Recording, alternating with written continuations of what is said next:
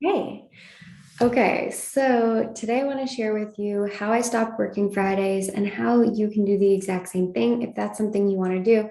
Set out Fridays for Mondays, Wednesdays, whatever works for you. But this is how I moved to a 4-day work week. And I get a lot of questions around this, especially from people who felt the way I did, which is that I already have a pretty full 5-day work week. How am I going to shorten that to 4 days? So I want to share with you how I did it because it wasn't always seamless. And I think that's fine.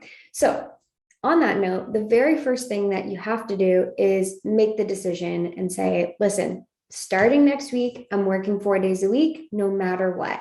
And I think this is really important because it's really the first step in creating a boundary around your work that I think actually really um, really speeds up your productivity. It really puts it into overdrive because rather than what I was doing, which is working 5 days a week and working from 9 until 5, and then sometimes going on my phone and doing work after 5 or taking my laptop to the couch after 5, this was like a normal thing in my life. And I'm guessing some of you watching this are doing the exact same thing because I talk to so many entrepreneurs who do this.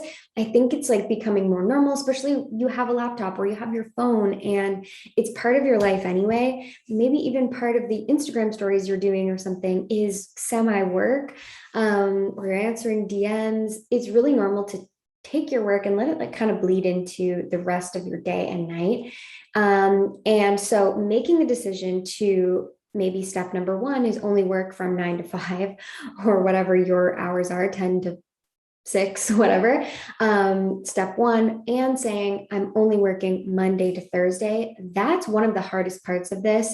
And making the decision is going to help you be more productive during those hours. Okay, that's step number one. I could honestly create a whole video just on that because it's so powerful how much more intentional you are with your time when you know that you're strict with turning off. In general, turning off your laptop or just like turning off the work part of your brain.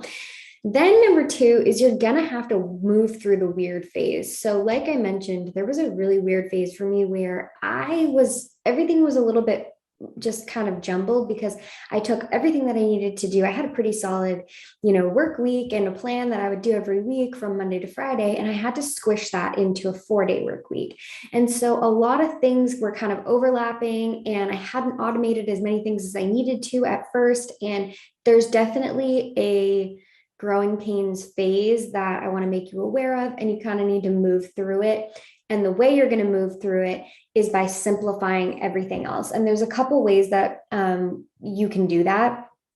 The first one is look for the things that you're doing most often that are taking up a bunch of your time that you can actually automate. And so I have a whole training on, how to do this. I'm like choking a little bit. Hang on. Okay, I think I'm back. I was like weirdly swallowing. Okay. So, yes, I have a training on how to figure out like which tasks you can automate, which tasks you can eliminate, and which tasks you can delegate.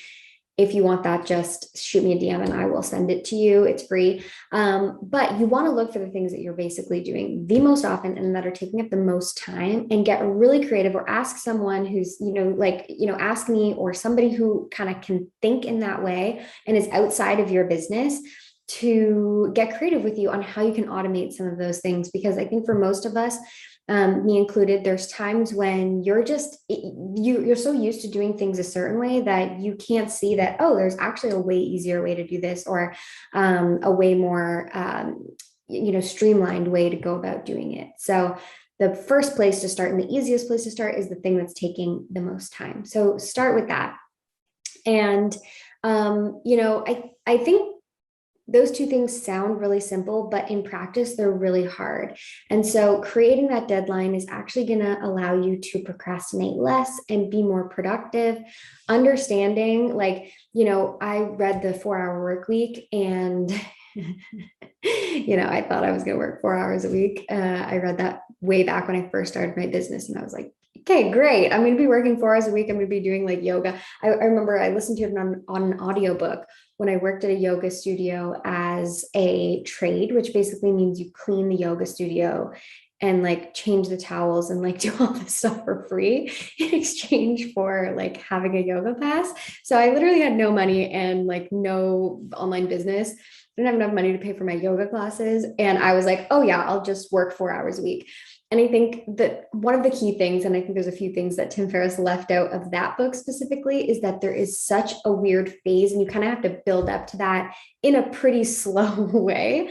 And so understanding that that weird phase is going to be there, and that's fine, and then looking for ways to simplify everything else until you can really fit it into that 4 days and you feel comfortable with that. Honestly, at this point, I think I could work less than 4 days a week, most weeks out of the month. You know, like I think for most people, there's different like rhythms in your business. Some weeks I really, you know, need to be at my desk a lot more, and some weeks I really don't. A lot of weeks now I could work less than 4 days a week, and that's because I'm so obsessive about looking for new things to automate, simplify, delegate, or eliminate. And elimination is eliminating things is so important, especially for idea people like you. I know you are one. And this is like honestly one of the things I do most often with my clients is say, what if we don't do that right now? What if we put that aside until we've, you know, perfected this and got this working so well, so streamlined, so automated, and actually converting, and then we move on to the next project. And so, you know, honestly, ask yourself if that's something that you can do right now. But if you are thinking of moving to a 4-day work week, I'm really excited for you. I'm actually hosting a free class next week, 2 of them, called 4 Ways to Automate Your Business in the Next 3 months. And I'm sharing more about some of these strategies that you can implement so that it's so much easier for you to work 4 days a week. So you should definitely come to that. It's going to be really fun, I think. And I would love to know what you would do with your day off if you started working a 4-day work week. I'd love to hear. I think this is so motivating for so many of us. And I can't wait to hear about them. All right. I'll talk to you soon.